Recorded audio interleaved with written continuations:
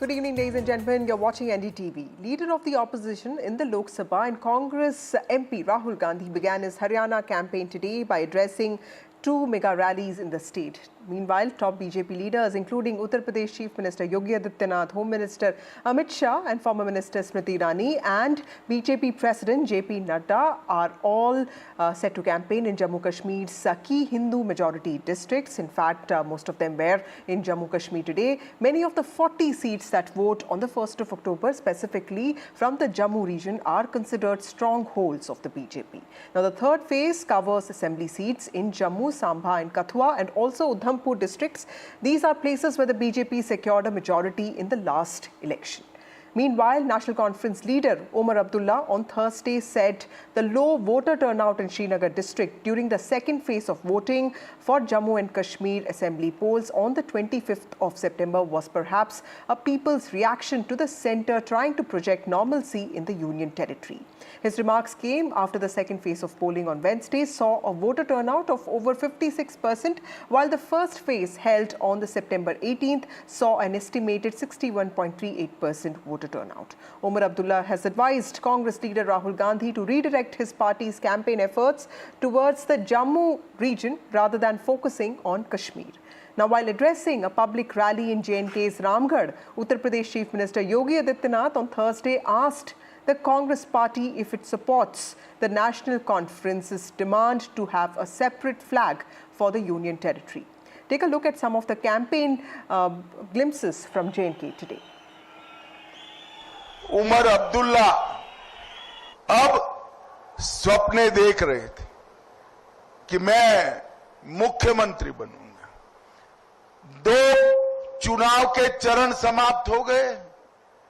बनी वालों में आज परिणाम बता देता हूं। दोनों चरणों मैं पूछना चाहता हूं उनसे कि जो नेशनल कॉन्फ्रेंस ने जम्मू कश्मीर के लिए अलग झंडे की बात कही है, क्या वह उसका समर्थन करते हैं? क्या राहुल गांधी 370 और 35A को वापस ला करके जम्मू कश्मीर को फिर से अशांत और आतंकवाद के युग में धकेलने की नेशनल कॉन्फ्रेंस की मांग का समर्थन करता है? बीजेपी से तो हम और कोई उम्मीद करते नहीं हैं। नेशनल कॉन्फ्रेंस वो तंजीम है जिसने पिछले 35 साल में हजारों की तादाद में कुर्बानियां दी हैं। हमें अगर पाकिस्तान के एजेंडा के मुताबिक चलना होता, हम 35 साल पहले चलते, फिर शायद मेरे 4,500 से ज्यादा साथी जो हैं वो कुर्बान नहीं होते। अब चलिए, अगर अमित शाह साहब नेशनल कॉन्फ्रेंस की उन कुर्बानियों को नजरअंदाज करना चाहते हैं, मैं इसमें क्या कर सकता हूं? Well, Nazir, my colleague joins me from Srinagar. Nazir, that was, a war of words between Home Minister Amit Shah and Omar Abdullah. And today, Yogi Adityanath was also in J&K. Clearly, the BJP's campaign for the third phase of elections in J&K has a lot of activity, considering that this phase has districts like Udhampur, Kathua, where the BJP did well last time. So, how do you see the difference in this campaign vis-a-vis BJP, and also what is happening on the NC-PDP front? What are the key constituencies and the key players that we can expect for phase 3 elections? Well, third phase is more about Jammu region than the Kashmir region, because most of the seats in Kashmir province have been already, they are voted. Now 16 seats are left, which are in North Kashmir. While in Jammu, there are 24 seats. These are mainland in Jammu, plains of Jammu. And these are the areas which have been traditionally, particularly since 2014, a stronghold of the BJP. Will they be able to retain it in this election? That is a big question. And the way you see, BJP has deployed its top leadership, and they are campaigning in this election. Home Minister Amit Shah, who is also actually in charge of Jammu and Kashmir, since the Jammu and Kashmir is a union territory and it comes under the direct rule of Union Home Ministry, he is relentlessly campaigning across Jammu and Kashmir. He has already held several rallies, visited several times, And today he held 5 rallies in 5 different assembly segments in Jammu. Then also UP Chief Minister Yogi Adityanath and they have been targeting Congress and using National Conference's manifesto, its agenda, and Umar Abdullah clearly has hit back and saying, look, it is the party which has given the sacrifice of 4,500 workers to militant. The militants have killed them because they stood for democracy. They don't need any lessons from the BJP. And Umar Abdullah, in an interesting tweet yesterday, has written that he has announced victory of National Conference after people complete second phase of vote.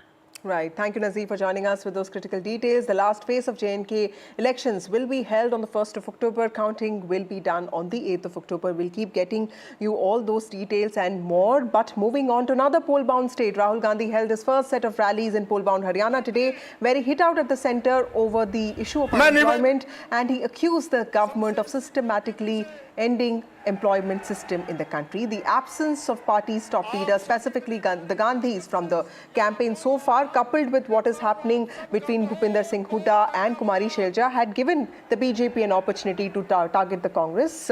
But Gandhi's rallies today that were held in Karnal and Parwala constituencies do come as a welcome sign. And this comes after Mallikarjun Kharge reportedly also intervened to settle differences between the warring factions of the party. Remember, the polling for the 90-member Haryana Assembly elections will be held on the 5th of October. The results on the 8th of October. I have my colleague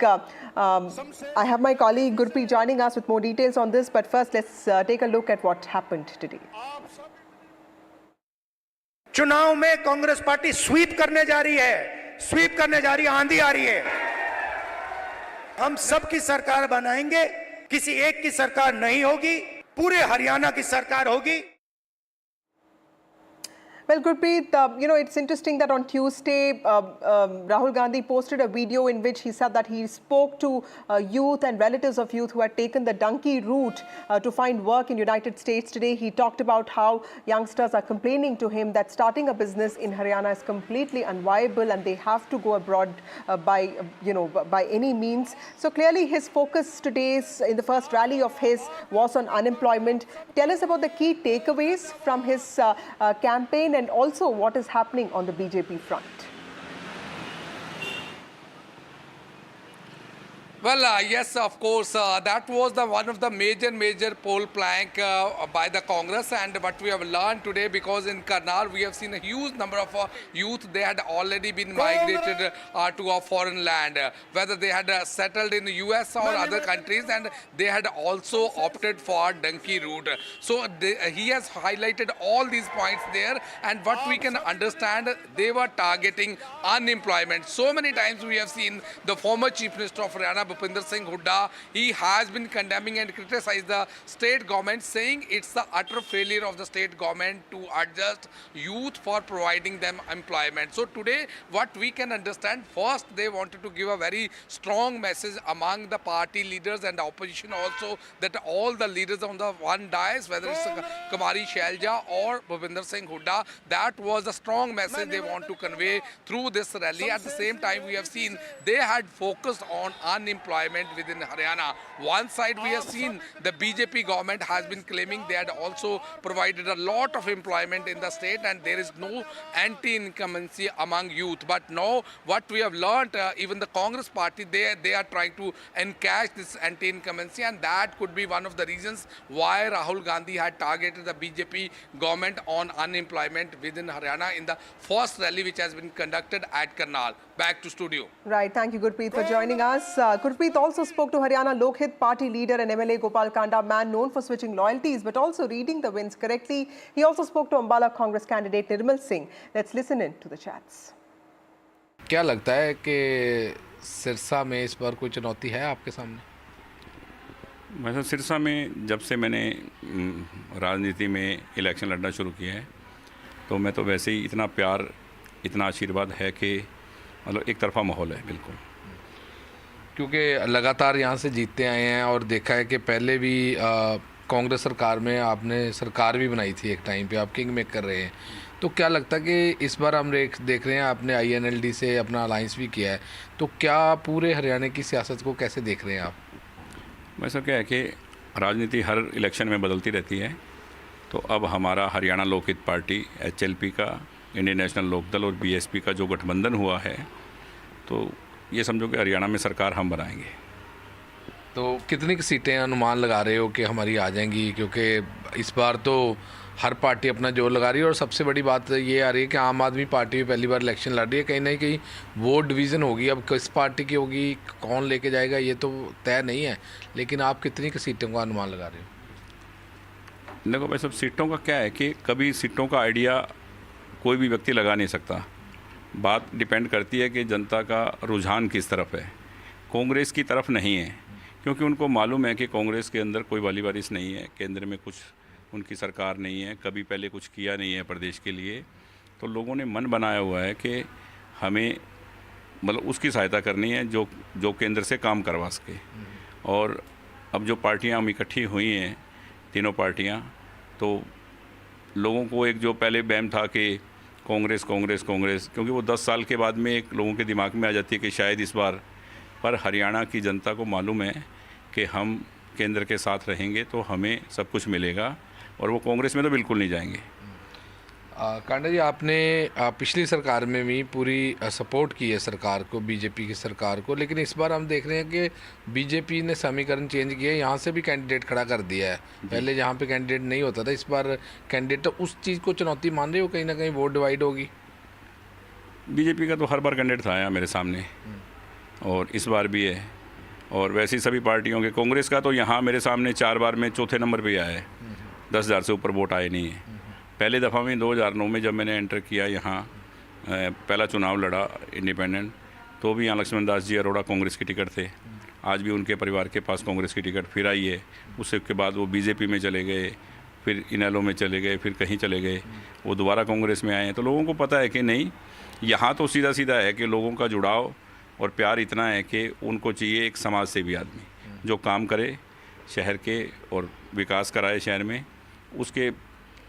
उसके मुझे लग रहा है कि लोगों की सोच उस पर बनी हुई है कि विकास के साथ हमें जाना है, तो एक तरफा माहौल है यहाँ। तो ये आपकी 11th इलेक्शन है। हाँ जी।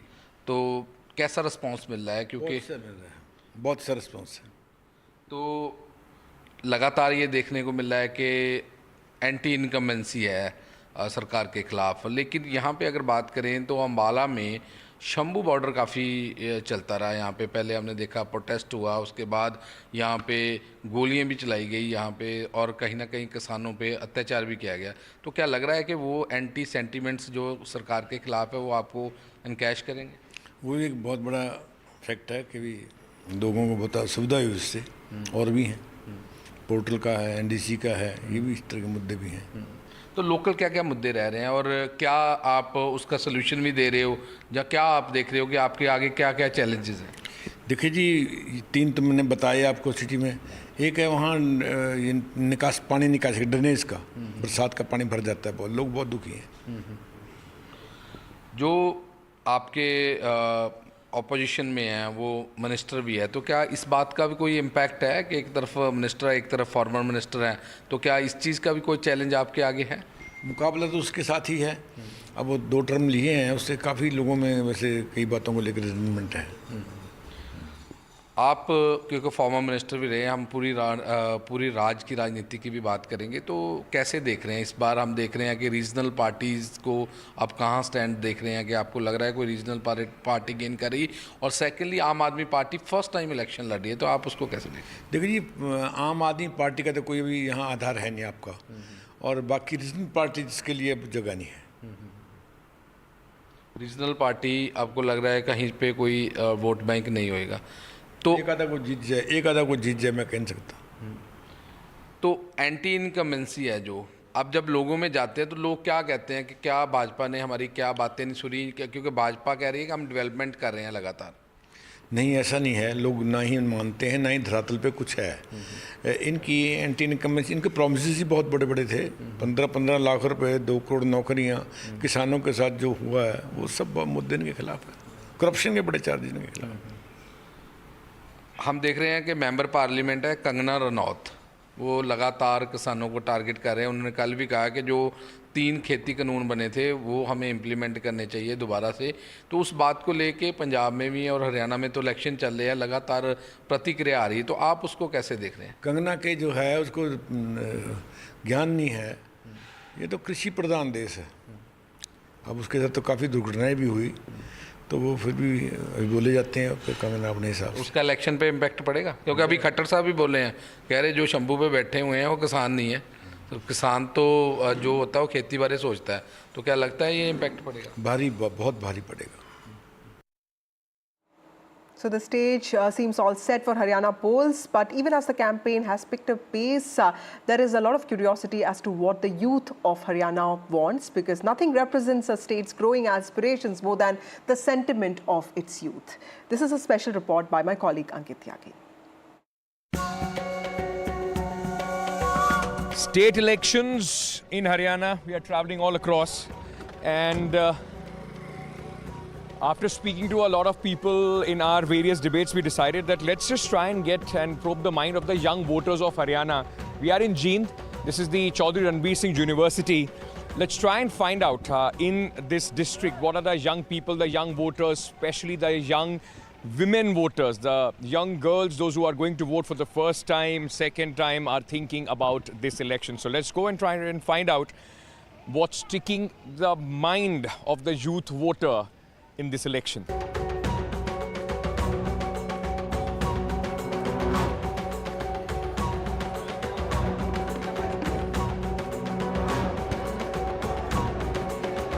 बेरोजगारी का इशू है, या आपको कोई नेता पसंद है आप इसलिए वोट करते हो, एजुकेशन का इशू है इसलिए वोट करते हो, पार्टी पसंद है इसलिए वोट करते हो, क्या सोच के वोट करते हो? अब की बार जो युवा है वो देश का भविष्य तय करने के लिए सबसे पहले तो शिक्षा, नंबर 2 पे चिकित्सा और नंबर 3 पे अपनी सेफ्टी, गर्ल्स की सेफ्टी के ऊपर वोट करने का काम करेगा। क्योंकि देखा गया है कि पिछले 10 साल से जब से बीजेपी सरकार हरियाणा के अंदर आई हुई है, गुंडागर्दी इतनी बढ़ गई है, चोरी डकैती के मामले इतने बढ़ गए हैं। मैं एक स्टूडेंट हूँ, मेरी खुद भी बाइक चोरी हो गई है 2-3 दिन पहले, और एक स्टूडेंट समझ सकता है वो उसको इतनी मुश्किल से तो पेरेंट्स दिलवाते हैं और उसके बावजूद ये ऐसी हरकतें हो जाती हैं, तो मतलब एक स्टूडेंट को बहुत मुश्किल होती है। क्या इश्यूज हैं, क्या सोच के वोट डालोगे आप भाई साहब? मैं तो जी कट्टर बीजेपी का हूँ जी, बीजेपी के वोट दूंगा। बीजेपी को बिल्कुल देंगे जी। मुद्दे लेकिन क्या होंगे? मुद्दे ये है जी, आपको क्या पसंद आया अब जो आप पिछले 10 साल में बीजेपी की सरकार? पिछले 10 साल से जी मेरे गांव बाप पड़ा है जी, बहुत से युवा लगे, जॉब लगे हैं, जो भी चाहिए सभी को, बेरोजगार है, बेरोजगार को जॉब चाहिए, जॉब मिल रही है हमें तो हम तो लगेंगे। जॉब मिल रही है आसानी से, बेरोजगारी कोई मुद्दा है नहीं है? बीजेपी के राज में सर जो एजुकेटेड पीपल है ना सर, उसको जॉब आसानी से मिल रही है, थोड़ी मेहनत करेगा तो उसको जॉब मिल जाती है। लेकिन कांग्रेस के राज में थोड़ा वो अलग सिस्टम है, पैसे वाला सिस्टम चलता है वहाँ पर, तो उस मामले पर्ची वाली बात, या खर्ची पर्ची वाली बात सर। ऐसे बहुत सारे बच्चे हैं जिनसे मैं बात करता हूँ, कहते हैं सीईटी के पेपर दिए 4 साल हो गए, अभी तक नौकरी का कुछ इंतजाम नहीं हो। वैकेंसी कम आ रही है हरियाणा में, बहुत कम है। मोदी जी ने बोला था और बीजेपी वालों ने बोला था कि 2 करोड़ नौकरियां हर साल युवाओं को देने का काम करेंगे, लेकिन देखा गया आज तक 2 करोड़ नौकरियों का मतलब टोटल 10 साल के अंदर 2 करोड़ नौकरियां नहीं मिली है लोगों को। मतलब एक झूठे जुमलेबाज सरकार नजर आ रही है बीजेपी। हरियाणा का जींद का क्या मुद्दा है? जींद का तो मतलब अब जो हमारी के लिए सेफ्टी वो सब इश्यूज हैं या नहीं है? कुछ है कुछ नहीं है। जैसे अब वो रेपिस्ट हुआ, जो भी रेप केस हो रहे हैं आजकल, उस चीज़ में मतलब मुझे अच्छा नहीं लगा कि ये हो रहा है। वो तो हर टाइम होता ही है, हमेशा ही होता है, कुछ चीज़ें सामने आ जाती हैं, कुछ नहीं आती। पर मतलब जैसे अब हमारे घर से ही ले लो, गलियाँ बन गई, रोड बन गया, अभी जो जैसे पहले जो हालात था ना उससे बहुत अच्छा हो गया उस चीज़ से। हाँ बहुत। आपको क्या लगता है मैम? किस बारे में सर? इश्यूज क्या हैं आप लोगों के, क्या सोच के वोट डालोगे? सर पता क्या, मतलब अभी जैसे विधानसभा के चल रहे हैं चुनाव, तो मतलब ऐसा एमएलए होना चाहिए कि हाँ भाई अपनी जींद को सुधारे। जैसे कुछ इंडस्ट्रियल एरिया बने यहाँ पे, एजुकेशन की के साथ साथ जॉब की अपॉर्चुनिटी, क्योंकि ना सर जींद के जो लड़के और लड़कियाँ हैं जॉब के लिए बाहर जा रहे हैं, कुछ अपने किले बेच के बाहर जा रहे हैं, जिसके पास ज़मीन है, जिसके पास ज़मीन नहीं है वो अपने लोन पे पैसे लेके जा रहे हैं। तो मतलब कुछ ऐसा होना चाहिए कि जॉब का, कि भैया आप जींद में रहना चाहोगे अगर आपको यहाँ पे नौकरी मिले तो? हाँ जी सर, देखो अपना शहर सबको प्यारा होता है, अपना तो अपना ही होता है। एक बाहर जाओ वहाँ पे दिहाड़ियाँ करो, अच्छी एजुकेशन और आगे जो एम्प्लॉयमेंट अपॉर्चुनिटीज़ है, नौकरी कहाँ मिलेगी, वो बड़ा मुद्दा है। सर जैसे नौकरी एक बहुत बड़ा मुद्दा है, क्योंकि सब पढ़ाई इसीलिए करते हैं कि बढ़िया नौकरी मिल जाए, सरकारी नौकरी हो, सिक्योर हो। तो सर इसमें जो मोदी की सरकार है, इसमें तो सब कुछ प्राइवेट हो गया, लगभग रेलवे प्राइवेट हो गई, सब कुछ प्राइवेट सेक्टर के अंडर आ गया है। और जैसे अब कौशल के थ्रू भर्तियाँ हो रही है, हाँ, तो सर बच्चों को सिक्योरिटी तो नहीं मिल रही किसी चीज़ की कि मैं सिक्योर हूँ, कि मेरी जॉब सिक्योर है, मुझे हटाया। सरकारी नौकरी का ज़्यादा चाव है लोगों में, युवा में भी, वो भी चाहते हैं सरकारी नौकरी। अगर कोई नौकरी में लगे तो वो अपना फ्यूचर तो सिक्योर करना चाहेगा कि मेरा फ्यूचर सिक्योर हो। सो फ्यू वॉइसेस जो आपने सुनी यहाँ के यंग लोगों की, कोशिश करेंगे कि इसी तरीके से हर तरह के क्रॉस सेक्शन की आपको आवाज़ें लेकर एनडीटीवी पर आते रहें। मोमिन के साथ अंकित त्यागी, जींद, एनडीटीवी।